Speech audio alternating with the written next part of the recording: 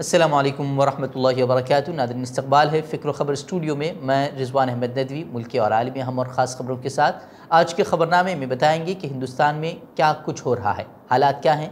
दिलचस्प और हैरानकुन ख़बरें भी आपको सुनने को मिलेंगी कि किस किस तरीके से गिरफ़्तारियाँ हो रही हैं और गिरफ़्तारी न हो जाए इस वजह से भी गिरफ़्तारियाँ हो रही हैं। वैसे मोहम्मद ज़ुबैर के ताल्लुक़ से भी नया अपडेट निकल कर सामने आया है, वो भी आपके सामने रखेंगे।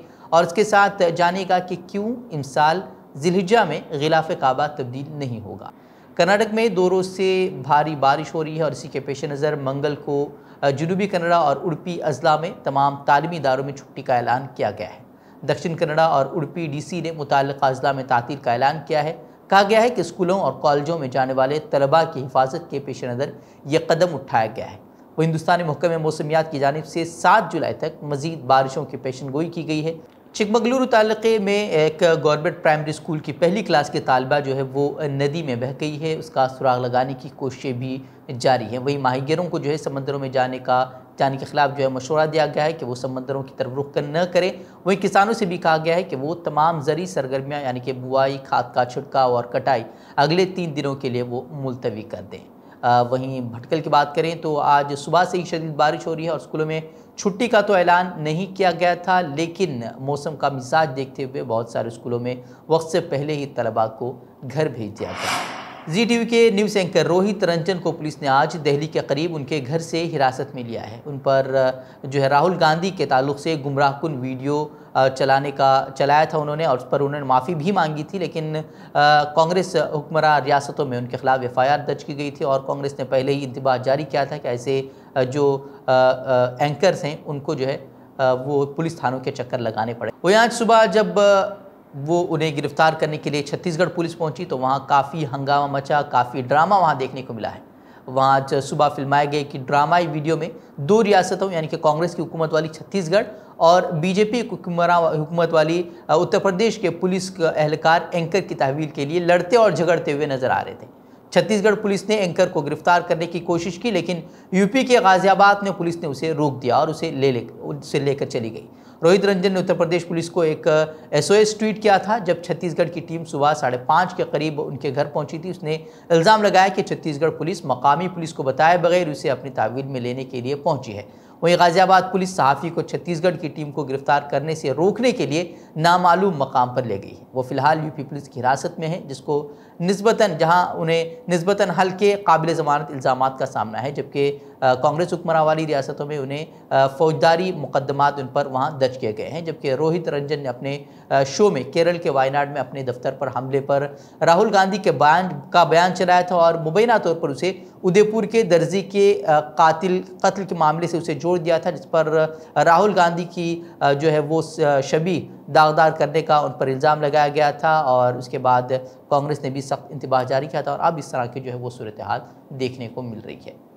और किस तरीके से गिरफ्तारियाँ हो रही हैं उसकी हैरान कुन जो है वो तस्वीरें सामने आ रही हैं। अब एक मुसलमान खाने पीने की दुकान के मालिक को उत्तर प्रदेश के संबल में गिरफ़्तार किया गया है। उसे इसलिए गिरफ़्तार किया गया है कि उसने अखबार में लपेटकर नॉन-वेज के पकवान को फ़रोख्त किया था। दरअसल बताया जा रहा है कि उस पर जिस अखबार में उसने लपेटकर उसे फ़रोख्त किया था उस पर हिंदू देवी देवताओं की तस्वीर छपी हुई थी। दरअसल हिंदुत्व ग्रुप हिंदू जागरण मंच के ज़िली सदर कैलाश गुप्ता की शिकायत पर उन्हें गिरफ्तार किया गया है। वहीं PTI ने बताया कि पहली मालूमाती रिपोर्ट में इल्ज़ाम लगाया गया है कि जो मुस्लिम शख्स ने पुलिस एहलकारों पर चाकू से हमला करने की भी कोशिश की जब वो उसे गिरफ्तार करने के लिए वहाँ पहुँचे। जबकि तालिब के ख़ानदान के एक फ़र्द का कहना है कि अखबारात का इस्तेमाल कई सालों से खाने पीने की अशिया की पैकिंग के लिए किया जाता है। उन्होंने सवाल उठाया कि क्या कोई अखबार की सुर्खियों या तस्वीर को रैपर के तौर पर इस्तेमाल करने से पहले उसे गौर से देखता है। उसने पूछा कि क्या उसके लिए किसी को जेल भेजा जा सकता है। उसने कभी किसी के जज्बात को ठेस नहीं पहुंचाया। इस तरह की बात जो है वो उनके घर वालों ने कही है, लेकिन जिस तरीके से गिरफ्तारियां हालिया दिनों में हो रही है वो सवाल ज़रूर खड़े कर रही है कि हुकूमत हिंद की किस तरह का मुसलमानों के साथ जो है वो इम्तियाज़ी सलूक कर रही है। वहीं हरियाणा के मानेसर में मुनाकिदा एक पंचायत ने इलाके के मुसलमान दुकानदारों और खानचा फरोशों की माशी बाइकआउट का मुतालबा किया है और उन्हें गैर कानूनी तारकीन वतन करार दिया है। हिंदुत्व ग्रुप, विश्व हिंदू परिषद और बजरंग दल के अरकान समेत मीटिंग में शिरकत करने वालों ने इल्ज़ाम लगाया कि मुसलमानों की दुकान पर एक साजिश के तहत हिंदू नामों और हिंदू देवी देवताओं का इस्तेमाल किया जा रहा है। विश्व हिंदू परिषद के मानेसर यूनिट के जनरल सेक्रेटरी ने मीटिंग में कहा कि इक्तिसादी बाइकॉट ही वाहिद हल है। उन मुसलमानों की दुकानें कारोबार या रोज़गार के लिए नहीं बल्कि ये जिहाद का हिस्सा हैं। देहातों में कमेटियां बनाने की ज़रूरत है जो बातचीत और कार्रवाई कर सके। हमने उसकी शुरुआत मानेसर से कर दी है। इस तरह का बयान जो है वो विश्व हिंदू परिषद की मानेसर यूनिट के जनरल सेक्रेटरी ने दिया है। वहीं सहारनपुर पुलिस की वायरल वीडियो तो आपको याद ही होगी कि जिसमें पुलिस चंद मुस्लिम नौजवानों को बुरी तरह से पीट रही है। पुलिस का कहना था कि उन नौजवानों ने एहतिजाज के दौरान तशद्दुद पर बर्पा करने की कोशिश की थी और पुलिस पर पत्थर से भी हमला किया था। वहीं इस मामले में अदालत की जानिब से पुलिस ने जिन नौजवानों को बुरी तरह की पिटाई की थी उन तमामों को जो है सबूतों की अदम दस्तयाबी की वजह से जेल से रिहा करने का हुक्म दिया है। इस मामले में आखिरकार पुलिस को कहना पड़ा कि तमाम नौजवान जो है वो बेगुनाह हैं। पुलिस का यह बयान बहुत सारे सवालों को भी जन्म देता है कि किस तरीके से जो है एहतिजाज को रोकने के लिए, मुसलमानों की आवाज़ को दबाने के लिए किस तरीके से जो है वो पुलिस का इस्तेमाल किया जाता है, ताकत का इस्तेमाल किया जाता है। और आपको याद ही होगा कि किस तरीके से उन नौजवानों को पीटा गया था। उसकी वीडियो अगर आप आज भी अगर देखेंगे तो आपके रोंगटे ज़रूर खड़े होंगे। बता दें कि वो जो नौजवान थे वो तकरीबन 23 दिन उन्होंने वहाँ जेल में गुजारे। उस दौरान उन्हें क्या कुछ तकलीफ़ों का उन्हें सामना करना पड़ा, ये हम और आप समझ नहीं सकते। ये वही समझ सकते हैं जिन्होंने अपने इतने दिन जो है वो जेल में गुजारा। पटना के नेपाली नगर और राजू नगर में 2 दिनों तक बुलडोज़र कार्रवाई के बाद पटना हाईकोर्ट ने उन दोनों ही इलाकों में कार्रवाई पर अब रोक लगा दी है। अफसरान का कहना है कि उन दोनों इलाकों में लोगों ने सरकारी ज़मीन पर कब्जा किया है। अदालत ने 2 दिन के लिए इंहिदामी कार्रवाई पर रोक लगाने की हिदायत देते हुए पटना के ज़िला मजिस्ट्रेट चंद्रशेखर सिंह को भी पेश होने की हिदायत दी है। अदालत ने ज़िला इंतज़ामिया को इतवार और पीर को गिरफ्तार किए गए सभी अफराद को जो है फ़ौरन रिहा करने का भी हुक्म दिया है। वहीं ज़िला इंतज़ामिया ने तजावुज़ात मुखालिफ मुहिम के दौरान एक पुलिस टीम पर पथराव करने के इल्ज़ाम में 26 अफराद को जो है वो गिरफ्तार किया था। वहीं ज़िला इंतज़ामिया ने 1 माह कबल सभी लोगों को ज़मीन खाली करने के लिए कानूनी नोटिस जारी किया था।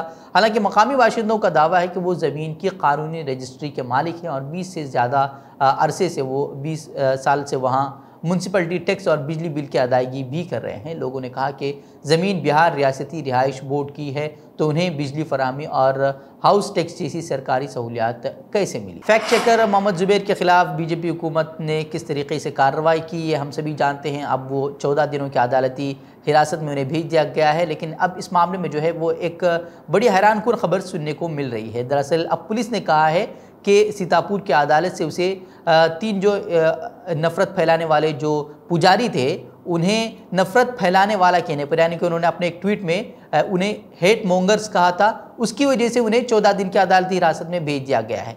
यानी कि जिन लोगों ने हिंदुस्तान में नफ़रतें फैलाई, एक दूसरे के ख़िलाफ़ दो मज़ाहिब के ख़िलाफ़ उन्होंने नफ़रतें फैलाई, उनको नफ़रत फैलाने वाला कहने पर उनको जो है मोहम्मद जुबैर को 14 दिन की अदालती हिरासत में भेज दिया गया है। बता दें कि जुबैर को जो है सबसे पहले दिल्ली पुलिस ने 27 जून को 2018 के एक ट्वीट के लिए गिरफ्तार किया था और 5 दिन पुलिस की हिरासत में उन्हें गुजारने पड़े थे। उसके बाद 2 जुलाई को पुलिस ने फॉरेन कंट्रीब्यूशन रेगुलेशन एक्ट के तहत एक इजाफी चार्ज लगाया था और चीफ मेट्रोपॉलिटन मजिस्ट्रेट ने जुबैर को मजीद 14 दिन के लिए तिहाड़ जेल भेज दिया था। वहीं 1 जून को एक FIR उस वक्त दर्ज की गई थी जब जुबैर ने 27 मई को एक सिलसिलेवार ट्वीट पोस्ट की जिनमें हिंदुस्तानी न्यूज़ टेलीविज़न चैनल्स पर प्राइम टाइम मुबाहसों को तनकीद का निशाना बनाया था और कहा था कि वो नफ़रत फैलाने वालों को दूसरे मज़ाहिब के बारे में बुरा बोलने की तरगीब देने का एक प्लेटफॉर्म बन गए हैं। इस तरह की बात उन्होंने कही थी और जो पुजारी थे उन्होंने नफ़रत फैलाने वाला कहा था। उसके बाद जो है अब ये खबर सामने आ रही है कि उन्हें 14 दिन की जो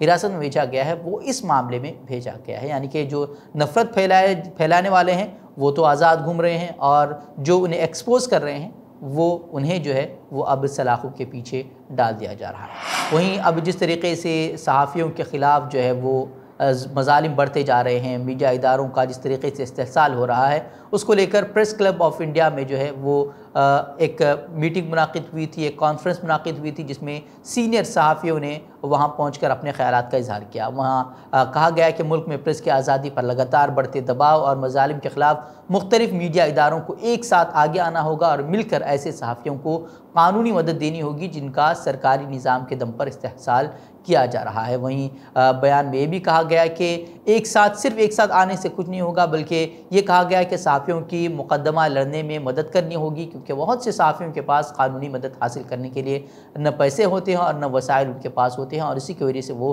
तनहा पड़ जाते हैं। और बहुत से मामले यहाँ तक ऐसे भी होते हैं कि उनके इदारे भी उनका साथ नहीं देते और इज़हार राय की आज़ादी की उसकी खिलाफ वर्जी की कीमत सहाफ़ियों के कुंभों को जो है वो भुगतनी पड़ती है। वहीं आपको बता दें कि कई सहाफ़ी जो है वो सलाखों के पीछे हैं। आपको याद होगा कि सिद्दीक़ कप्पन जो कि 2020 से वो सलाखों के पीछे और उन पर तरह तरह के उन पर इल्ज़ामात आयद किए गए थे, और उसके बाद जो है वो अब मोहम्मद ज़ुबैर को इस तरह की अदालती हिरासत में भेज दिया गया है, जिस पर लगातार सवाल खड़े हो रहे हैं। क्योंकि जिस तरीके से जब अदालत में इस पर सुनवाई हो रही थी उसी वक्त जो है मीडिया में ये खबर लीक कर दी गई थी कि वो उन्हें 14 दिन की अदालती हिरासत में भेज दिया गया है, जबकि हालांकि मामला ये था कि अदालत ने अब फैसला सुनाया ही नहीं था, यानी कि पहले से ही ये तमाम चीज़ें हो चुकी होती हैं और उसके बाद इस तरीके से जो है वो सहाफ़ियों को हरासा किया जा रहा है। वहीं कानपुर में गुज़िश्ता महीने होने वाले तशद्दुद के सिलसिले में पुलिस ने बिल्डर हाजी वसी को अब गिरफ्तार किया है। हाजी वसी पर इल्ज़ाम है कि उन्होंने कानपुर तशद्दुद के लिए माली आनत की थी। पुलिस ने देर रात गए वसी को गिरफ्तार किया। इससे पहले हाजी वसी के बेटे अब्दुर्रहमान को गिरफ्तार किया गया था, जिसे अदालत में पेश करके जेल भेजा जा चुका है। वहीं कानपुर में गुज़िश्ता 3 जून को हुए तशद्दुद के मामले में मुख्तार बाबा को गिरफ्तार किया गया था, जिन पर अहम माली आनतकार होने का इल्ज़ाम है। कानपुर तशद्दुद के सिलसिले में 15 दिनों के दौरान जो है 60 अफराद को गिरफ्तार किया जा चुका है। पुलिस ने बताया कि मुलजिम मुख्तार बाबा समेत 4 मुलजिमान को दूसरी जेल में मुंतकिल किया जा सकता है। वहीं इस ताल्लुक़ से जेल इंतज़ामिया ने हुकूमत को रिपोर्ट भी पेश की है। वहीं शर्जील इमाम जो कि दहली फसादात की बड़ी साजिश केस में उन्हें मुलजिम बनाया गया है, उन्होंने पीर को जो है वो अदालत में उन्होंने इल्ज़ाम लगाया कि जेल में उनकी जान को ख़तरा है। वही इमाम की दरख्वास्त के मुताबिक तिहाड़ जेल का असिस्टेंट सुपरिटेंडेंट हाल ही में तलाशी लेने के बहाने 8 से 10 अफराद के साथ उसके सेल में दाखिल हुआ था, और इमाम ने यह भी इल्ज़ाम लगाया कि उन्होंने उस पर हमला भी किया है और उसे दहशतगर्द और मुल्क दुश्मन कहा गया है। वहीं दरियासना जो है दिल्ली हाई कोर्ट ने पीर के रोज़ कारकुनों इमाम और शर्जील इमाम और उमर खालिद की तरफ से दायर ज़मानत की दरखास्तों की समाअत 27 जुलाई तक मुलतवी कर दी है। खालिद और इमाम दोनों को दिल्ली की एक सेशन अदालत ने ज़मानत देने से पहले इनकार कर दिया था, जिसके बाद उन्होंने इस हुक्म को जो है दिल्ली हाई कोर्ट में अब चैलेंज किया है। रवां साल गिलाफ़ काबा 9 ज़िलहिज्जा के बजाय यकुम मुहर्रम हराम को तब्दील किया जाएगा। दरअसल हर साल जो है 9 ज़िलहिज्जा को गिलाफ़ काबा तब्दील किया जाता है, ताहम रवां साल आज़मीन हज की बड़ी तादाद के पेश नज़र गिलाफ़ काबा यकुम मुहर्रम हराम को तब्दील करने का फ़ैसला किया गया है। दूसरी जानिब हज सिक्योरिटी के कमांडर ने मीडिया ब्रीफिंग में कहा है कि हज के दौरान नज़्म ज़ब्त को यकीनी बनाने और किसी भी नाखुशगवार सूरत हाल से बचने के लिए मकामात मुक़द्दसा में सिक्योरिटी फोर्सेस ने सिक्योरिटी हिसार कायम कर दिया है। वहीं कानून की खिलाफ वर्जी करने वालों के खिलाफ सख्त कार्रवाई की जाएगी, इस तरह की बातें भी उन्होंने कही है। वहीं सऊदी हुक्काम ने परमिट के बगैर हज करने की कोशिश करने वाले तकरीबन 300 अफराद को गिरफ्तार करके उन पर जुर्माना आयद किया है। सल्तनत रवां साल हज की इजाज़त के तहत आने वाले 10 लाख आज़मीन की मेज़बानी करने की तैयारी कर रही है। कहा जा रहा है कि गिरफ्तार किए जाने वाले हर फर्द पर 10,000 सऊदी रियाल यानी कि हिंदुस्तान के 2 लाख से ज़ायद रुपये उन पर जुर्माना आयद किया जा रहा है।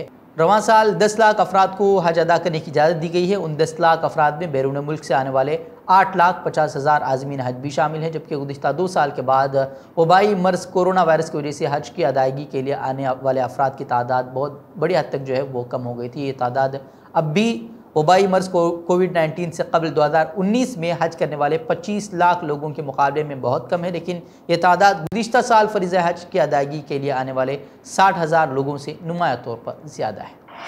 फ़लस्तीनी सहाफ़ी शिरीन अबू आक़िला, जिन्हें इजरायली फ़ौज ने फायरिंग करके हलाक कर दिया था, अमेरिका ने अब कहा है कि वो इस नतीजे पर पहुँचा है कि अल जज़ीरा की सहाफ़ी शिरीन अबू आक़िला मुमकिना तौर पर इजरायली फायरिंग से जाबाक हुई, जिसका एहतिसाब किया जाना चाहिए, लेकिन साथ ये भी कहा कि उन्हें जानबूझकर निशाना नहीं बनाया गया था। शिरीन अबू आक़िला का शुमार फ़लस्तीन के बेहतरीन सहाफ़ियों में होता था। उनके पास अमेरिका की शहरियत भी थी। वो 11 मई को जनीन शहर में इसराइली फ़ौज के ऑपरेशन के कवरेज करते हुए जा बहक हो गई थी। उन्होंने जैकेट और हेलमेट भी पहना हुआ था जिस पर प्रेस लिखा हुआ था। उसके बावजूद जो है वो उनकी कनपटी पर उन्हें गोली मार दी गई थी। इसराइली स्नाइपर्स ने उन्हें गोली मार दी थी, लेकिन अब अमेरिका का कहना है कि उन्हें जानबूझकर गोली नहीं मारी गई थी। वहीं शिरीन अबू अक़ला के अहल खाना का बयान सामने आया है। उनका कहना है कि ये नाकाबिल यकीन है कि इस बात का तयन नहीं किया जा सका कि वो गोली किस बंदूक से चलाई गई थी जिससे उसकी मौत वाक़ हो गई थी। उनका कहना है कि हम शिरीन अबू अक़ला के लिए इंसाफ का मुतालबा करते रहेंगे और इजरायली फ़ौज और हुकूमत को उसका ज़िम्मेदार ठहराएँ। उन्होंने ये बात कही है कि इसराइली फ़ौज और हुकूमत को इसका ज़िम्मेदार ठहराया जाए। इस हकीकत को छुपाने की कोशिशों से कोई फ़र्क नहीं पड़ता कि 11 मई को क्या हुआ था। तो नाज़रीन, ये थी खबरें। मज़ीद खबरों के लिए आप हमारे वेबसाइट www.fikrokhabar.com की तरफ रुख कर सकते हैं। वीडियोज़ के लिए यूट्यूब चैनल को सब्सक्राइब करें। तो नाज़रीन, इजाज़त दें। अस्सलामु अलैकुम वरहमतुल्लाहि वबरकातुहू।